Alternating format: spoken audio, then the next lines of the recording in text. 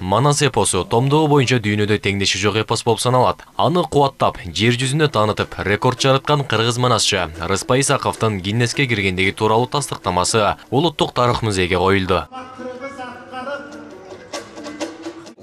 Албетте эң негизги сыймык эмнеде дегенде биз ааламга сыйбаган улуу дүйнөбүздү ошончолук деңгээлде жеткире албай атабыз да. Ааламга жайылта албай атабыз, дүйнөгө жайылта албай атабыз. Ал жагдайда мына ушундай ушуга окшогон иш-чараларда ааламга, дүйнөгө таанытуучу иш-чараларды көбүрөөк жасашыбыз керек деп ойлойм. Эске салсак, Түркиянын Бурса шаарында Рыспай Исаков 124 саат манас айткан. Ал дээрлик 5 күнгө созулган. Бул мээнеттин жыйынтыгы кыргыз эпосун дүйнөгө таанытты. Атайын сертификат тапшырылган. Бул дүйнөдө Гиннесте манас айтуу боюнча 124 саат манас айтты.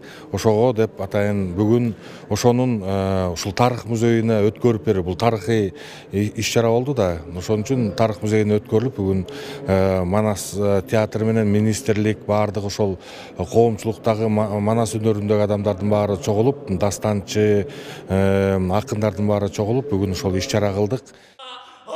Манас айтуучулук бул жараткандан берилген кайталангыс талант. Тарыхта романдын ырчуулунан баштап сагынбай, саякпай өңдүү бир канча алп манасчылар өткөн. Учурда манас эпосуна дүйнөдө теңдеш жок. Кийинки орунда Индиянын Махабхаратасы, андан кийин Финляндиянын Колевала эпосу турат.